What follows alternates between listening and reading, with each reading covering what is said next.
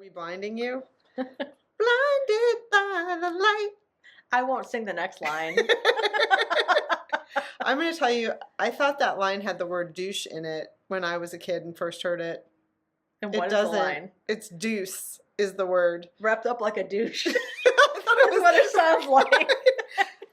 I know. Yeah. And I remember being a kid and thinking, like, what does that really mean? Like, Me too. Yeah. Anyway, we digress as always. Should we?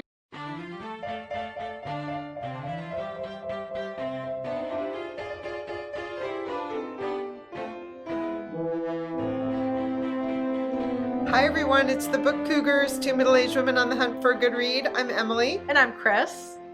And we're here with two of our holiday gift ideas for bookish people. Blinded by the light.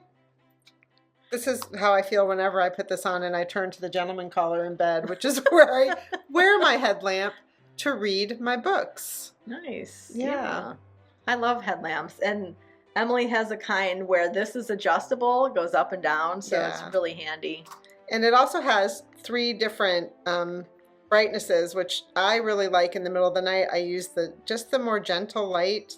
It keeps me, this is when I use it the most, is in the middle of the night, and it keeps me from getting too woken up so I can fall back to sleep. Nice. We should say these are not sponsored items. Right. These are just items that we really enjoy. We really use. Yeah. Mine is from Petzl, and the gentleman caller bought this for me so that I would stop turning the light on in the middle of the night at LL Bean, I believe. Which Nice. is yours? Mine is one that wraps around your neck. The brand name is Glowscent. Glow Scent. Yeah. We'll put links. We'll put the link up in Yeah. there.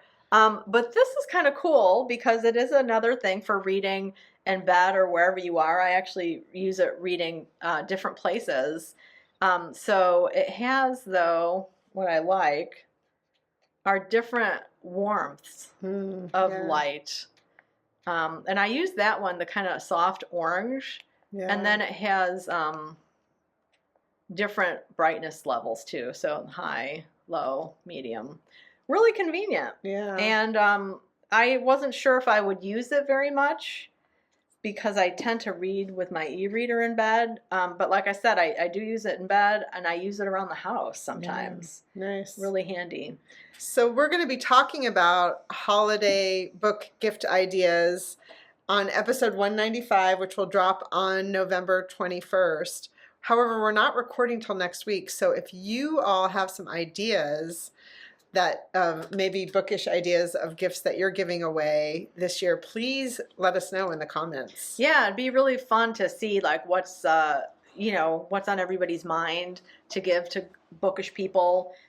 As you know, I mean, sometimes it's always great to give books as a gift, or gift cards to bookstores are always handy, but it's also fun to have things to unwrap. So Yes. if you have some go-to ideas, we'd love to hear them. We will. And we'll give you credit, obviously, in the podcast episode too. Yeah. I forgot to say one thing about mine that I really like, which it's a rechargeable battery. So it comes with this nice little thing, and you can just recharge it in with a USB. Yeah, that's the same with mine too. It has a little charge right there, and I've only had to recharge it once since I've had it, and I've had it for I think almost a year. Oh wow! I'm not really That's sure. amazing. Yeah. So it really lasts. So. All right. So what are you currently reading this Friday? Oh gosh, I am currently reading Knowledge as a Feeling: How Neuroscience and Psychology Impact Human Information Behavior by Troy A. Swanson. That's the cover in black and white on my e-reader. So Swanson is an instructional librarian, which is what my new job is. I'm a reference and instruction librarian. And so I've been looking at different books out there on the topic. And this one caught my eye because he's looking at, as an instruction librarian, let me back up, like you're teaching students how to use library resources and how to analyze sources for bias, or if it's, going to be helpful for their argument. So I mean, as the subtitle says, he's looking at neuroscience and psychology and how the brain and the mind actually works, because one of the, I guess, inherent biases in library science and the academia in general is that we assume that people are rational, Mm. that they use their rational mind when they're doing research or when they're assessing things. And as this book says, it's a feeling quite often. So I'm just about 20% in, and it's so fascinating because he's looking at how the brain, the mind really handles information. Like, and it's deeper than just like, you know, societal biases that we all have and try to be aware of. Um, but he's looking at the brain in this first chapter and says actually that there's no gender differences in the brain. Early brain scientists tried to, argue that female brains were somehow less than male brains. And as neuroscientists are proving, there is no difference between male and female brains. We all have testosterone, we all have estrogen, the brains work the same way. It's fascinating. It is. So like, and he said like, so findings and even the questions that you ask in research can't be gender biased or, any kind of bias that you may have. And one of the cool things is talking about memory, that memory is not about the past per se. Memory is about helping you survive in the present, in the future, because the brain, that is the whole job of our brains, is to help us survive. Yeah, for sure. Yeah. Yeah, and I'm just fascinated by it. And one more tidbit, and then I'll stop talking about this book, is that the brain, people talk about like we have this reptilian brain, our amygdala and these earlier parts of the brain that develop first and that have been there, that are ancient. And people act like we have this reptilian brain that then has this rational brain that's developed on top of it.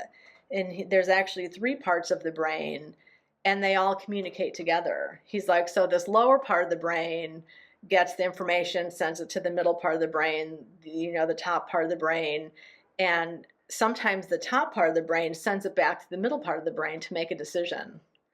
So I'm not exactly sure yet how all that works. I'm certainly not a scientist in that way, but I'm finding this book completely fascinating. And readable, it sounds like, even though you're not a scientist, readable, which is helpful. Yeah. Very readable. So again, that's Knowledge is a Feeling, How Neuroscience and Psychology Impact Human Information Behavior by Troy Swanson.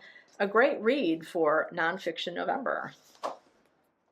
I'm reading Fatty Fatty Boom Boom, Food, Fat, and Family, and this is a memoir. I should say it's a memoir of Food, Fat, and Family by Rabia Chaudhry. I got this over a year ago as an ARC from Algonquin. Thank you, Algonquin. It is now out in paperback. So it's gone through its hardcover phase. It's now in paperback. And I'm both reading it and listening to it. So I'm consuming it hybridly. And Rabia narrates. And it's really good. She's a wonderful writer. I was drawn in right away. She talks about her family moving here from Pakistan and what it was like for her to grow up in this country, and also just how her family fed her and her ravenous appetite and her struggles over years of being fat. Now, I haven't gotten to that part. I think I'm about just under 100 pages in, and she hasn't really talked about that. She's setting the stage, I can tell, for her struggles with weight, in the sense that she is ravenous and loves to eat, but also that when she was a baby, like one of the ways that her parents brought her comfort when she was teething was to give her a frozen quarter pound of butter to gnaw on. Okay. And they also put in her bottle full fat buffalo milk. So she definitely got a taste for, like what I would call luxurious food on the taste buds. So it does have some recipes at the very back of the book. I haven't gotten to those yet. I've peeked a little bit, but I'm trying to control myself. So maybe by the time I talk about this on episode 195, I'll have cooked something from it as well. So again, Fatty Fatty Boom Boom, which is a memoir by Rabia Chaudhry. Food recipes. Mm, Okay. Oh, I have a show and tell book. I just got this in the mail. Isn't that a beautiful cover? It I love is. that. So this is the Hurricane book by Claudia Acevedo Quinones, and it is from Rose Metal Press, which is known for publishing books that are hybrid in some way, mashup of genres. And this book is about Claudia's family in Puerto Rico and the hurricanes that have devastated the island between 1928 and 2017. And she takes a lot of different things from, poetry to some essays. There are some, family trees in here throughout. There's some photos as well. So I'm really looking forward to this. It just arrived yesterday and I wanted to share it because I really enjoy Rose Metal Press's books. So more to come on that when I get to it. I wanted to share this one partly just because I love the cover so much. Lady Justice, Women, the Law, and the Battle to Save America by Dahlia Lithwick. Dahlia is a lawyer by training, and she has written for Slate about the law for years. You'll also find her on CNN and various other places that she writes. And she wrote this book because of the places that female lawyers found themselves needed after the election of Trump in 2016.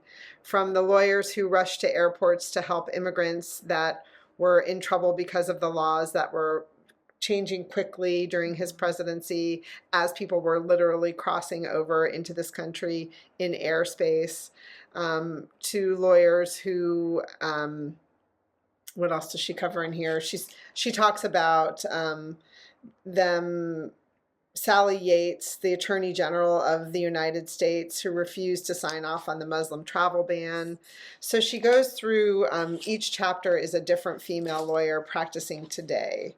And then she also talks about the Me Too movement in relationship to Supreme Court justices that we have in place right now.